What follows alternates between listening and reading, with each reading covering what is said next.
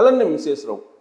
ఆంధ్రప్రదేశ్ ముఖ్యమంత్రి చంద్రబాబు నాయుడు గారు అలాగే మంత్రి లోకేష్ గారు వీళ్ళిద్దరు చేసినటువంటి ప్రయత్నం కారణంగా ఆంధ్రప్రదేశ్లో ఇప్పటి వరకు సుమారుగా 340 ఎంఓయూలు కుదిరాయి. వాటి కారణంగా 10 లక్షల కోట్లకు పైగా పెట్టుబడులు వచ్చాయి. ఫలితంగా 25 లక్షల మందికి ఉద్యోగాలు వస్తాయి అనేటువంటి ఒక అంచనా ఉంది. ఇదంతా ఎలా సాధ్యము అని చెప్పి నేషనల్ మీడియాలో ఫోకస్ అయింది. నేషనల్ మీడియా ఇప్పుడు చంద్రబాబు నాయుడు గారు లోకేష్ గారు చేస్తున్నటువంటి ప్రయత్నాన్ని హైలైట్ చేస్తూ ఆంగ్ల పత్రికల్లో ప్రత్యేకమైనటువంటి వార్తలు రాయడం జరిగింది. అది కూడా వైఎస్ఆర్ కాంగ్రెస్ పార్టీకి సింపతిగా ఉండేటువంటి నేషనల్ మీడియాలో రావడం అనేది పెద్ద హైలైట్. ఏంటి ఆ న్యూస్ అని అంటే, సంవత్సరం 2 నెలలు గడవక ముందు చంద్రబాబు నాయుడు గారి గుడ్ విల్ కారణంగా 10 లక్షల కోట్లకు పైగా ఆంధ్రప్రదేశ్కి పెట్టుబడులు వచ్చాయి అనేది. అంతేకాదు 25 లక్షల మందికి ఉద్యోగాలు అంటే ఇది మామూలు విషయం కాదు, ఇది కేవలం చంద్రబాబు నాయుడు గారికే సాధ్యం అనే యాంగిల్లో నేషనల్ మీడియా ఫోకస్ చేసింది. ఆ ఫోకస్ చేసింది కూడా వైఎస్ఆర్ కాంగ్రెస్ పార్టీకి సంబంధించినటువంటి కొంత సానుభూతిగా ఉండేటువంటి మీడియాని. ఇక్కడ చూడండి, DC ఇది ఎక్కడెక్కడ ఇదిగో 340+ ఒప్పందాలు కుదుర్చుకున్నారు అని చెప్పారు. 340+ ఒప్పందాలు. సో దానికి సంబంధించినటువంటి ఆర్టికల్ ఇది ఆగస్టు 3వ తారీఖు నిన్న పబ్లిష్ అయింది. సరే, దీనికి సంబంధించి తెలుగులో నేను చదివి వినిపిస్తాను. పారిశ్రామిక అభివృద్ధిలో దేశంలోని ఏపీ ముందు వరుసలో నిలిచింది. కూటమి ప్రభుత్వ సారథ్యంలో కేవలం 12 నెలల వ్యవధిలోనే 9,34,000 కోట్ల విలువైన పెట్టుబడి ప్రతిపాదనలు రాష్ట్రానికి వచ్చాయంటే మామూలు విషయం కాదు. ఇది వైసీపీ 5 ఏళ్ల కాలంలో 2019-24 వచ్చిన పెట్టుబడి ప్రతిపాదనల కంటే ఎక్కువ. ప్రస్తుతం కూటమి ప్రభుత్వం వివిధ పారిశ్రామిక రంగాలకు చెందిన సంస్థలతో 340కి పైగా అవగాహన ఒప్పందాలు చేసుకుంది. ఈ ఒప్పందాల ద్వారా 25 లక్షలకు పైగా ఉద్యోగాలు వస్తాయని అంచనా. ప్రధానంగా ఈ పెట్టుబడులు ఎలక్ట్రానిక్స్, పునరుత్పాదక శక్తి, సెమీ కండక్టర్లు, క్లౌడ్ మౌలిక సదుపాయాలు, AI based education, skilling, digital skilling, అధునాతన తయారీ రంగాల్లో రాబోతున్నాయి. ఇటీవల సింగపూర్లో పర్యటించినటువంటి సీఎం చంద్రబాబు నేతృత్వంలోని బృందం దాదాపు 45,000 కోట్ల విలువైన పెట్టుబడులకు సంబంధించి ఒప్పందాలు చేసుకుంది. అయితే రాబోయే 5 ఏళ్లలో క్రమంగా ఈ పెట్టుబడులు రానున్నాయి. ఈ పర్యటనలో ప్రధానంగా టెక్ సంస్థలతో పాటు వెంచర్ గ్రూప్స్తో సమావేశాలు జరిగాయి. Clean manufacturing, cloud services, research partnership గురించి చర్చలు జరిగాయి. రాబోయే రోజుల్లో చంద్రబాబు బృందం జపాన్, అమెరికా, జర్మనీలో పర్యటించనుంది. సో ఇప్పటివరకు సింగపూర్ పర్యటించింది, రాబోయే రోజుల్లో జపాన్, అమెరికా, జర్మనీలో పర్యటించబోతుంది. ఇక ఇప్పటివరకు వచ్చిన 9,34,000 కోట్ల పెట్టుబడి ప్రతిపాదనలో Tata power renewable energy limited 45,000 కోట్లకు పైగా పెట్టుబడులను ప్రతిపాదించింది. దీంతోపాటు విశాఖపట్నంలో గూగుల్ డేటా సెంటర్ ప్రాజెక్టు సుమారుగా 50,000 కోట్ల రూపాయలు పెట్టుబడి పెట్టనుంది.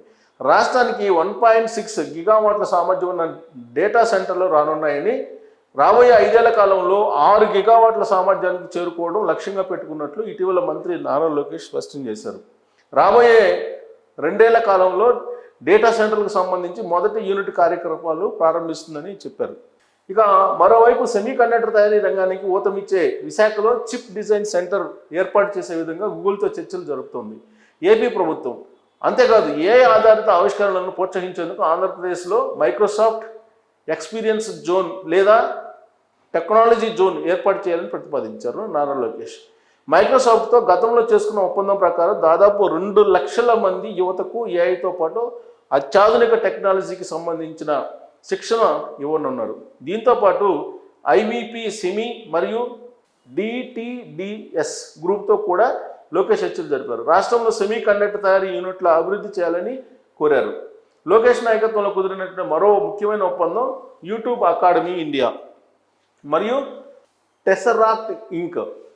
ఇందులో భాగంగా యువతకు కంటెంట్ క్రియేషను, బ్రాండింగ్పై శిక్షణ ఇవ్వనున్నారు. ఇక రాష్ట్ర వ్యాప్తంగా స్నెడర్ ఎలక్ట్రిక్ ప్లాంట్ 20 అత్యాధునిక ల్యాబ్స్ను పాలిటెక్నిక్ మరియు ఇంజనీరింగ్ కళాశాలలో ఏర్పాటు చేయడానికి సంసిద్ధత వ్యక్తం చేసింది. దీని లక్ష్యం ఆటోమేషన్, స్మార్ట్ తయారీ మరియు గ్రీన్ ఎనర్జీ సిస్టంలో సంవత్సరానికి 8,000 మంది విద్యార్థులకు శిక్షణ ఇవ్వడం. ఇక అమరావతిలోని AI యూనివర్సిటీతో కలిసి ఎన్విడియా పనిచేయనుంది. ఇక వీటితో పాటు TCS, కాగ్నిజెంట్, విశాఖ కేంద్రంగా కార్యకలాపాలు ప్రారంభించేందుకు సిద్ధమయ్యాయి. సెప్టెంబర్ నుంచి టీసీఎస్ తన కార్యకలాపాలు ప్రారంభించనుంది. మొత్తం 1370 కోట్ల పెట్టుబడితో 12,000 మందికి ఉద్యోగాలు కల్పించనుంది. మరోవైపు కాగ్నిజెంట్ అక్టోబర్లో అందుబాటులో రానుంది. 1,582 కోట్ల రూపాయల పెట్టుబడితో 8,000 మందికి ఉపాధి అవకాశం కల్పించబోతుంది. వీటితో జిల్లాల అభివృద్ధికి సైతం కూటమి సర్కారు ప్రాధాన్యత ఇస్తుంది. సత్యసాయి జిల్లాలో ఏర్పాటు చేయబోతున్న ఇండోసోల్ సోలార్ సంస్థ ద్వారా 15,000 మందికి ఉపాధి అవకాశాలు ఉద్యోగాలు రానున్నాయి. ఈ సంస్థ 58,469 కోట్ల పెట్టుబడి పెట్టనుంది. ఇక అనకాపల్లిలోని ఫార్మా హబ్లో లారస్ ల్యాబ్స్ 5,630 కోట్ల పెట్టుబడి పెట్టనుంది. దీంతో 6,350 మందికి ఉపాధి లభించనుంది. లులు మహల్ 1,500 కోట్ల విలువైన పెట్టుబడితో 7,000 మందికి ఉద్యోగాలు ఇవ్వనుంది. వీటితో అనేక సంస్థలు ఏపీలో పెట్టుబడులు పెట్టేందుకు ముందుకు వస్తున్నాయి. ఇది తెలుగులో నేను చూపించినటువంటి నేషనల్ మీడియాకి సంబంధించి ఇక్కడ చూడండి, ఇదే మీకు కనిపిస్తుంది. నేషనల్ మీడియాకి సంబంధించినటువంటిది ఎక్కడెక్కడ పెట్టుబడులు పెట్టారు ఏంటి అనేది దీంట్లో ఉంది. అదే తెలుగులో నేను చదివి వినిపించాను. సో నేషనల్ మీడియాలో ప్రత్యేకించి డీసీలో డక్కన్ క్రానికల్లో ఈ విధమైనటువంటి న్యూస్ వచ్చిందంటే చంద్రబాబు నాయుడు గారి పరిపాలన గత సంవత్సరం 2 నెలలుగా ఎలా ఉంది, లోకేష్ గారు చంద్రబాబు నాయుడు గారు ఏ విధంగా ప్రయత్నం చేసి రాష్ట్రానికి పెట్టుబడులు తీసుకొస్తున్నారు అనడానికి నేషనల్ మీడియాలో వచ్చినటువంటి న్యూసే ఒక ప్రత్యక్ష ఉదాహరణ. మరి ఇప్పటికైనా ఇవన్నీ సింగపూర్ టూర్లు, దావోస్ టూర్లు లేదా ఇతర దేశాల టూర్లు వేస్ట్ అంటారా? లేదంటే చంద్రబాబు నాయుడు గారు పెట్టుబడులు తీసుకొచ్చి కంపెనీలు నెలకొల్పి ఉద్యోగాలు కల్పించబోతున్నారని చెప్పి మీరు నమ్ముతారా? మరి నేషనల్ మీడియానే ఎందుకు హైలైట్ చేస్తుంది చంద్రబాబు నాయుడు గారిని? ఇంతకుముందు ఎప్పుడు లేని విధంగా చంద్రబాబు నాయుడు గారిని నేషనల్ మీడియా ఇప్పుడు ఆకాశానికి ఎత్తేస్తుంది. ఏమీ లేనటువంటి ఆంధ్రప్రదేశ్లో అద్భుతాలు సృష్టించడానికి సిద్ధమవుతున్నారు. ఒకవైపు అమరావతి పునర్నిర్మాణం జరుగుతుంది, మరోవైపు పోలవరం నిర్మాణం జరుగుతుంది వేగంగా. ఇంకొక వైపు విశాఖపట్నంలో అత్యాధునిక డేటా సెంటర్ లాంటివి పెడుతున్నారు. అమరావతిలో క్వాంటమ్ కంప్యూటింగ్ని తీసుకొస్తున్నారు. డ్రోన్ టెక్నాలజీని డెవలప్ చేస్తున్నారు. అలాగే స్పేస్ని టార్గెట్ చేశారు. అలాగే స్పేస్తో పాటు డిఆర్డిఓకి సంబంధించినటువంటి రక్షణ ఉత్పత్తులను తయారు చేయడానికి కూడా ఆయన ప్రయత్నం చేస్తున్నారు. రాబోయేటువంటి రోజుల్లో ఆంధ్రప్రదేశ్లో మిజైల్ తయారు అయ్యేటువంటి అవకాశం ఉంది. అందుకే రక్షణ ఉత్పత్తులు, దాంతోపాటు స్పేస్ మీద ఆయన కాన్సన్ట్రేషన్ చేసి అన్ని రకాల వనరులు ఏవైతే ఉన్నాయో వాటన్నిటినీ సద్వినియోగం చేసుకొని ఆ వనరుల ఆధారంగా కంపెనీలను ఆహ్వానించి వాటి ద్వారా ఉపాధి అవకాశాలు ఆంధ్రప్రదేశ్కి లభించేలా ఆయన ప్రయత్నం చేస్తున్నారు అనేది నేషనల్ మీడియా ఫోకస్ చేస్తుంది.